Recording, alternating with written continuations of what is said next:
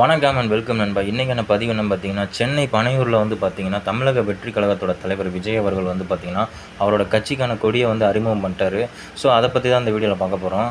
அதாவது என்னென்னா, கட்சியில் வந்து பார்த்தீங்கன்னா, கொடியில் வந்து எப்படி இருக்குன்னா, 2 சிவப்புக்கு நடுவில் ஒரு மஞ்சள் கலந்த ஒரு சின்னமாகவும், அதில் வந்து பார்த்திங்கன்னா நடுவில் வாகைப்பூ, 2 யானைகள் வந்து சீர்ற மாதிரி அந்த கட்சி கொடி வந்து இடம்பெற்றிருக்கு.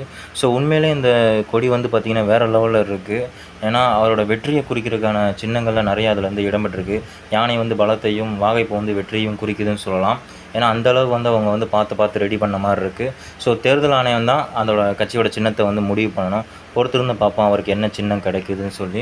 ஸோ அவரோட சினிமா பயணம் வந்து முடிவுட்டுறதுனே சொல்லலாம். ஏன்னா முழுக்க அரசியலில் இறங்க போகிறாரு. ஸோ வந்து அரசியலில் வந்து அவர் வந்து சாதிக்கணும், மென்மேலும் வளரணுங்கிறதுக்காக வந்து பார்த்திங்கன்னா நம்ம சேனல் சார்பாக அவருக்கும் அவரோட கட்சிக்கும் வாழ்த்துக்கள் தெரிவிச்சுக்கிறோம்.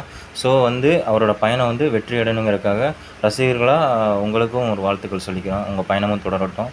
ஸோ இந்த வீடியோ பிடிச்சிருந்தா லைக் பண்ணி, ஷேர் பண்ணி, கமெண்ட் பண்ணி, சப்ஸ்கிரைப் பண்ணுங்கள்.